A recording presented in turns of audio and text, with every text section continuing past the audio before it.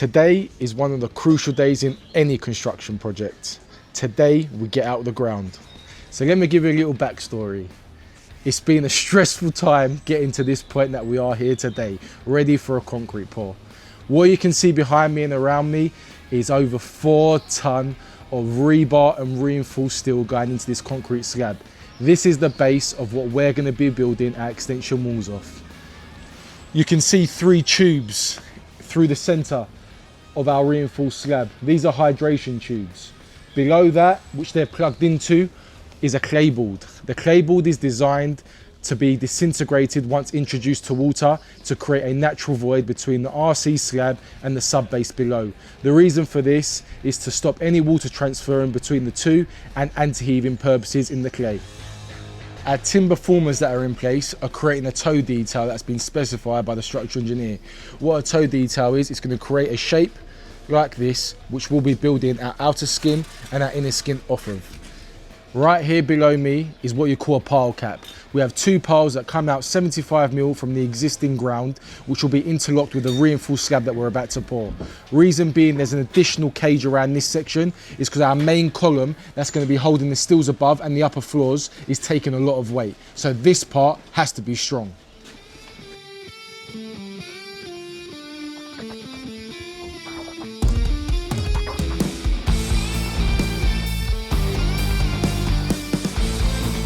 So here we have a volumetric lorry supplied by IMIX. It's carrying around about 10 cubes of sand, aggregate, water and cement which get mixed to form our concrete. The volumetric lorry means that we only pay for what we mix. However, we have 3 of these coming down today because the amount of concrete we pour isn't enough just for one. As you can see, concrete is full flow. We've got the vibrating poker which is helping us spread the concrete to all the areas we can't get to. It's only the first load. We have another 2 waiting because there's around about 30 cube of concrete going right in this reinforced slab. If the concrete isn't loose enough, it won't help us spread it to all the areas we can't reach to. So we have to make sure the ratio between sand, aggregate, water and cement is just right for an easy flow throughout the reinforcement.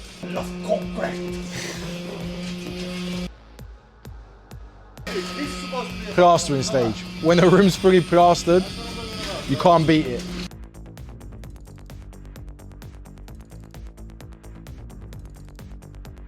I've called the office to get 1 more in just in case because this slab has to be complete today.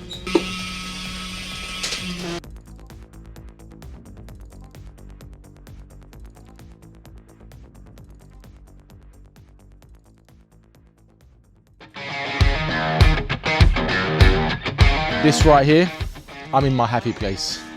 This is our structural slab, nice and clean. We can work from this, we're out of the ground, out of the mud. Look at this.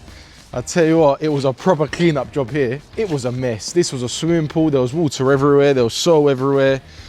The ramp down to the secondary garage, which I'll explain what's happening over there later. That was just full of material because we were focused on getting the structural slab for the extension done. But this has all been cleared out now. Even the diggers had a wash. Guys, remember, a tidy site is a safe site. So this garage, it might not seem it, right? But it's probably 3 times the size of the garage that we're rebuilding at the front. And it's actually because we're coming down this ramp here, this subterranean part of it. I'll try and get the camera on it on top so you can see how big the roof space is to give you an idea of how big the garage is. But there's something cool that we're working with the client on that. Can't explain what we're going to do with it yet, but if it does materialize, we'll be sure to let you know. Also, nice little garden space here. I like to call this a secret garden. Obviously, when all this is in full bloom, it's much bigger and you can't really tell what's behind it. But if you come around here, through this little pocket entrance, wow, we have a swimming pool area with an outhouse. Yes, it needs a bit of TLC. The summer house has definitely seen better days, but this is also in discussions of what we're going to do. The kidney shaped swimming pool, whether it remains the same shape or we change it, We don't know yet, but there's a lot going on. We're not just doing the house. There is an extensive landscape project that's going to happen here as well. Once we know more, you'll know more. I will show you the top of the secondary garage. Have a look at that. Look at the size of the roof on this garage. What do you think we should turn this space into? It could be cool. Maybe a secret bunker, maybe a huge games room, maybe a garage for your personal belongings. Possibilities are endless. I mentioned we're at the ground, and yes, we are about 90%.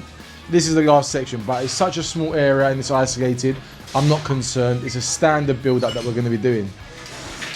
So, roughly 1 meter wide from this wall, this area is going to go down to the area of the extension. The remaining part of this room, from around here, this way, this area is staying at this level. However, we're taking the current base out and rebuilding it in a new reinforced concrete slab. It's what's been designed on the plans. That's what we're going to do. So the guys have just started breaking this up. You've got old plastic sheeting that they've put in here. It's not the right product. There hasn't been a proper DPM or waterproof barrier put in this area, and previously this room suffered from a lot of damp. That's why it's been designed to be broken out and built back up. We are rebuilding a new wall here, and the reason this small section is remaining, this is going to become a WC, which is going to be accessed round the front of here. So once the chimney breast comes out, this is the new access into the WC. The floor level here is going to match the floor level that we've set out already. There will be 2 to 3 steps going up to the half landing, which will then lead on to the study, which will have a higher raised floor level.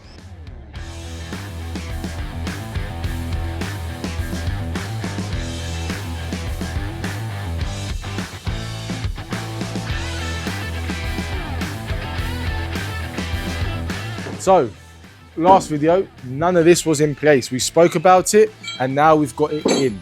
The steel structure. A lot of timing, a lot of measuring, a lot of calculations have gone into this. Everything you can see was ordered in one go and put together like a jigsaw puzzle. Margin for error was small. You'll see that there's 2 different colored steels. You've got a gray primer steel, which you can see here, and then you have this silvery looking steel over here. The reason this steel is a different color, it's been hot dip galvanized. Any steel beam that is going inside a external wall has to be galvanized as per the structural engineer's drawings. So that's why these are different color, and it's not just for aesthetic purposes, it plays a huge part. It prevents the corrosion and rusting of the steels. So we only have a few steels left to finish the puzzle of this steel frame for the ground floor. As you can see here, we've broken out the block work for a steel beam to sit horizontally, which will be connected between another steel beam from there to the current structure we've got here. A lot of people ask, how do you get these heavy steels up into position? And that's done with these apparatuses here.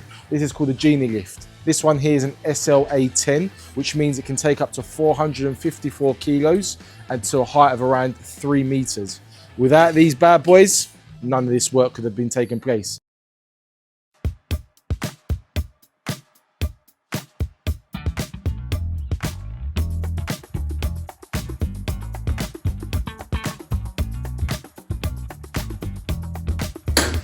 So that was our site meeting with a carpentry company, Essex Pitch, and that was Lee. They've also opened a second fix joinery company called Oakley Joinery, so check them out. I'll tag their details below.